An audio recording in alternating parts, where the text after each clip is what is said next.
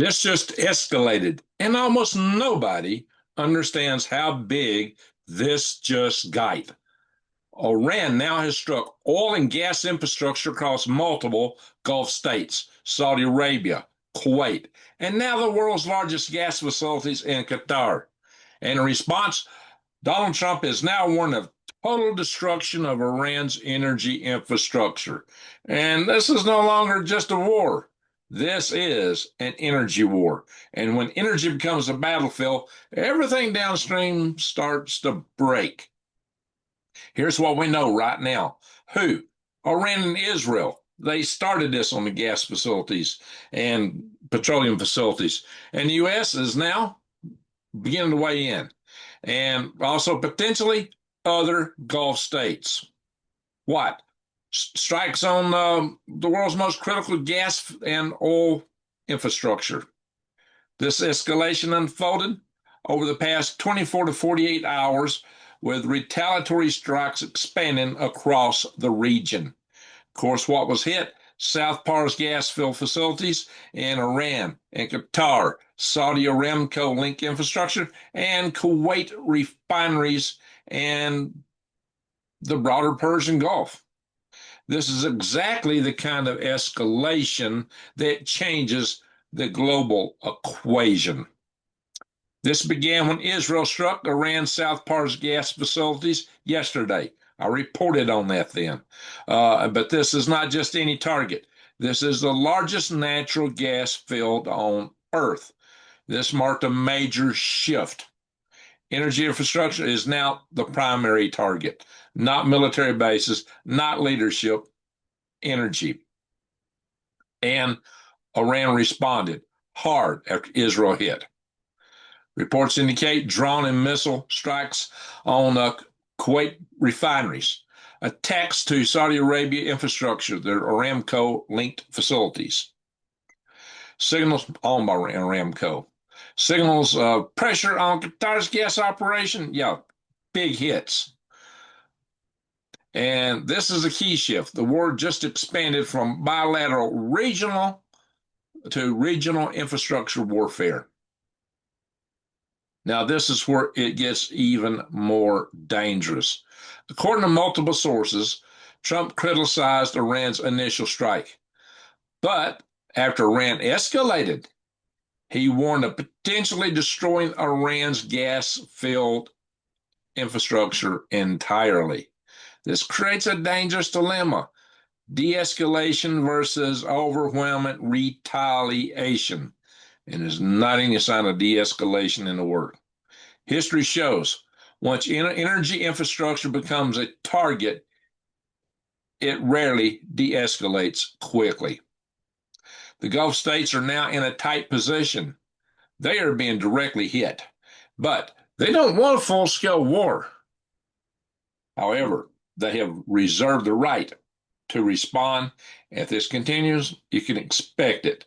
Expect calls for restraint, quiet military readiness as they're getting ready to hit, possible behind-the-scenes coordination.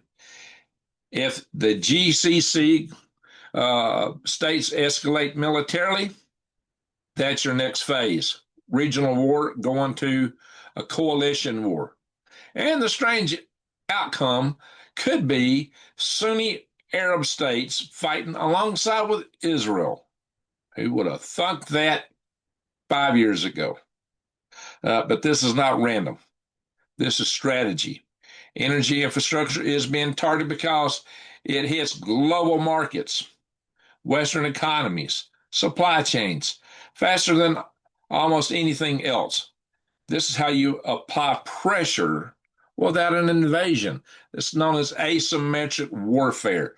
This is how you can take on the great militaries of the world without having great militaries. So watch the progression. Phase one is going on now. Strikes on infrastructure, oil price strikes. Phase two, in a couple of weeks, you can see shipping disruptions beyond just the Strait of Hormuz, and perhaps the Red Sea restrictions that the Houthis tie in. Insurance cost surges, and that's going to drive everything and shut down a lot of shipping. Phase three, in 1 to 2 months, fuel shortages. in many places. Probably not here in the United States too much because we are net exporter. But a lot of the world is going to be hurt. What you really can expect right here at home, and I'm already starting to see it, is food prices increasing, supply chain instability, empty shelves in the stores, and then confidence breaks.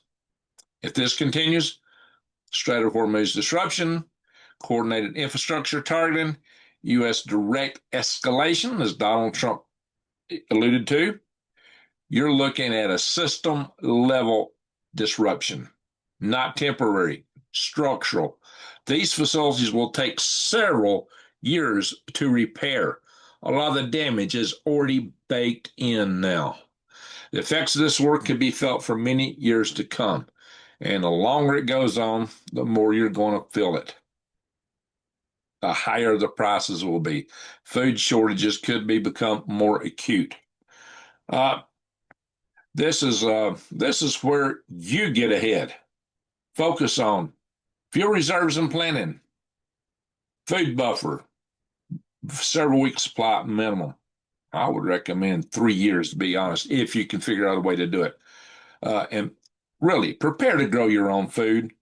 I've been preaching about that from the inception of this channel. That's how I started it out. Many ways to grow your own food. How to grow food in ways where you don't have to go to the store. Go back and look at my oldest videos on this channel. How to really be self-reliant in growing your own food. Supply redundancy. Don't count on just one area. And if there's things you need, like if you need some extra charger controllers or inverters, electronics especially, you might want to order them now if you can. Put in an early order for seeds. Get your heirloom seeds. Get them now. Move early. Don't wait, because once the public reacts, you're already too late. It's now either not going to be there or the prices are going to be jacked really high, because everybody hasn't figured this out right now. So this is where I'm giving you an advantage, is so that you can know and think ahead. I better get what is it I need for the next 6 months, the next year. What is it that, go through your mind, the kind of stuff you buy, what you're going to need, and start stocking up if you can. What is the things, if it breaks down, is going to put you in a world of hurt that might not be available? And you better consider electronics, and especially if we get in a war with Japan. If this Japan-Korea stuff boils over, it could really cut out microchips. So that's a whole nother dimension I'm not talking about right now, but I've covered that in previous videos, and it's part of what you need to think about in your broader strategy for preparedness. So let's bring it all together. Israel hits the world's largest gas field.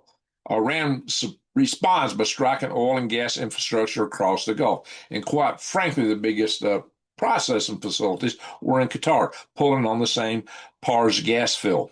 The gas field is in the middle of the Persian Gulf, and half of it Qatar controls, and the other half Iran controls, and they both pull from. Now the facilities on both sides have been hit hard and could be hit a lot harder, especially if Iran responds and Donald Trump lives up to his threat to destroy the Iranian Pars field. Now, hey, the whole thing is Donald Trump has also he admonished Israel about this early on. He said, no, stop it. Don't do this. He said, when they hit the oil fields in Tehran, north of Tehran, he got mad at him because he said, we don't want to take out the civilian infrastructure that could help the people once they take the country back.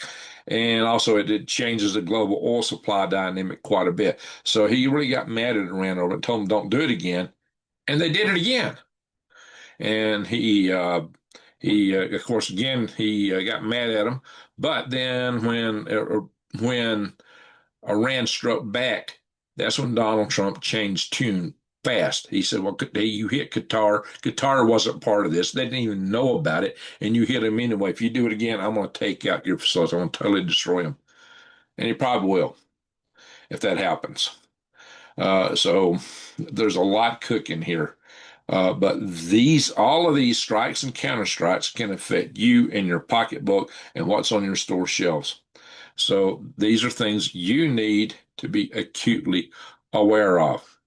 So, yeah, this is no longer a contained conflict. Indeed, it is an energy war. So what to watch out next is what's going to happen in Strait of Hormuz. How are they going to get it open? Are they going to be able to get it open? What are the long-term implications?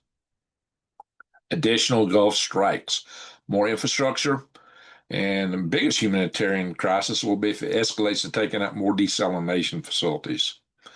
You can expect to see oil price acceleration if more of these facilities are hit. So, yeah, and to help you help me and help yourself at the same time, killing two stones with one bird.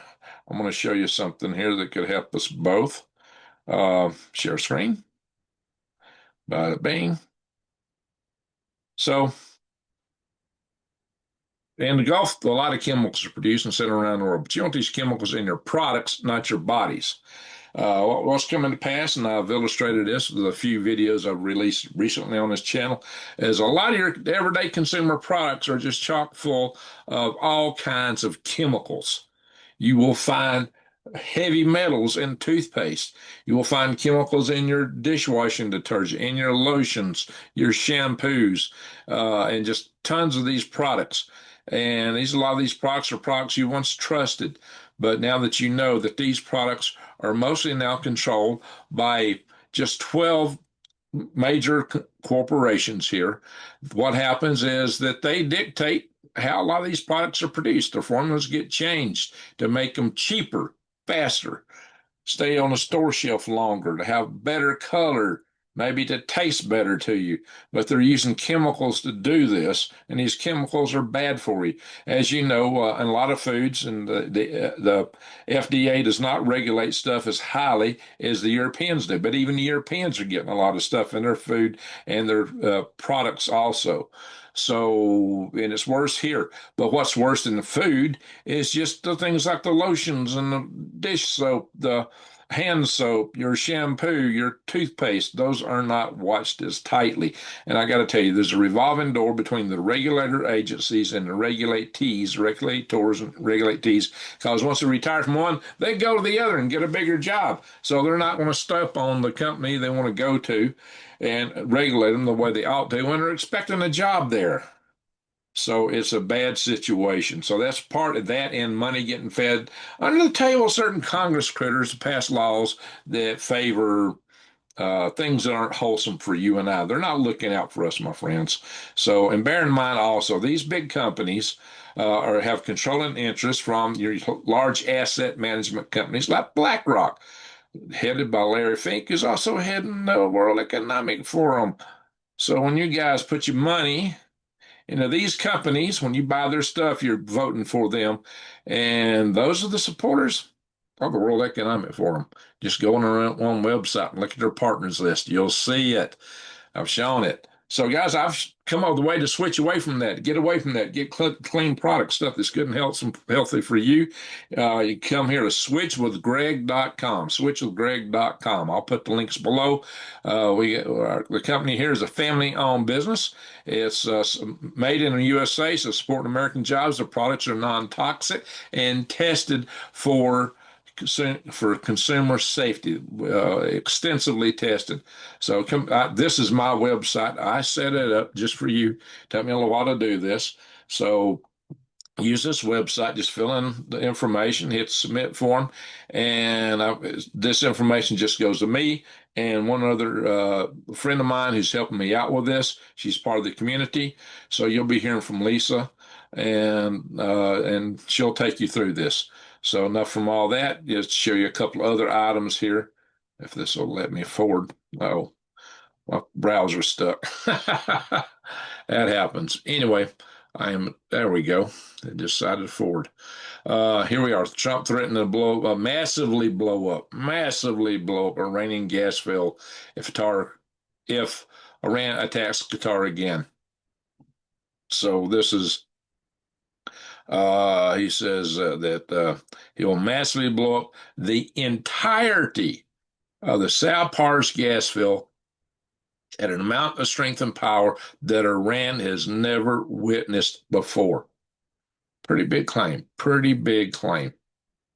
So that's the kind of stuff they're talking about there. I'm gonna stop the share because that's not advancing.